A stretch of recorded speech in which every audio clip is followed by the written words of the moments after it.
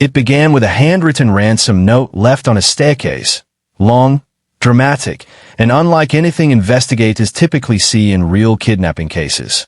From that moment, the story veered sharply away from logic.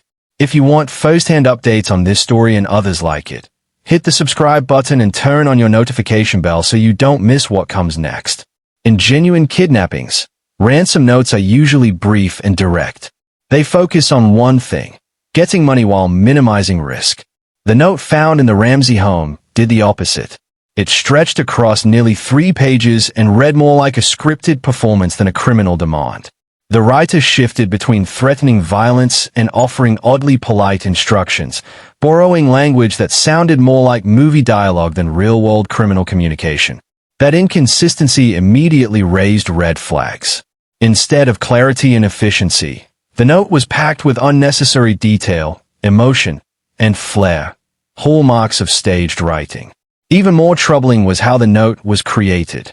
Investigators found practice drafts discarded inside the home, showing the writer took time to plan, revise, and rewrite. The paper came from a notepad inside the house, and the pen used was also taken from the home and returned to its place. These are not the actions of a hurried intruder. They suggest someone who felt safe, unpressured, and familiar with their surroundings. The placement of the note reinforced that impression.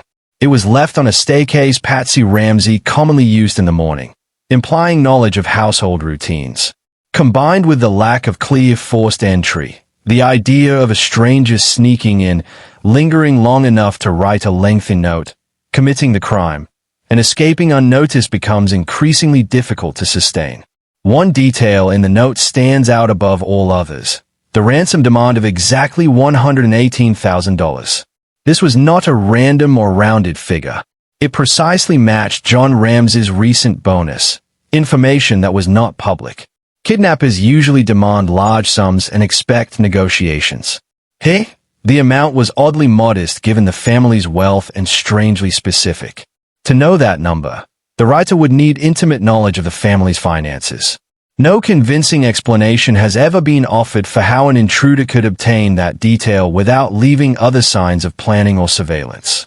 Language analysis added another layer to the mystery. Experts compared the ransom note to known writing samples, examining vocabulary, sentence structure, tone shifts, and punctuation habits. Repeatedly, the patterns aligned most closely with Patsy Ramsey's writing. This was not based on a single phrase, but on clusters of stylistic habits that tend to surface unconsciously, especially under stress. While analysts stopped short of absolute certainty, Patsy could not be ruled out as the author, while many others could. Handwriting analysis pointed in the same direction. Over multiple pages, the note displayed numerous similarities to Patsy Ramsey's handwriting, including letter formation and spacing. Handwriting can be disguised briefly, but sustaining that disguise across a long document is extremely difficult. Importantly, Patsy was the only key figure investigators could not definitively eliminate as the writer. No expert ever conclusively tied the handwriting to an outside intruder. The content of the note itself also suggested performance rather than authenticity. It adopted a theatrical criminal persona, referencing vague foreign factions while using distinctly American expressions. The voice shifted between confidence and insecurity, authority and desperation. The threats were dramatic but illogical, emphasizing violence in ways that would undermine the goal of collecting ransom. Real kidnappers protect their leverage. This note seemed more focused on creating a believable villain than achieving a real outcome.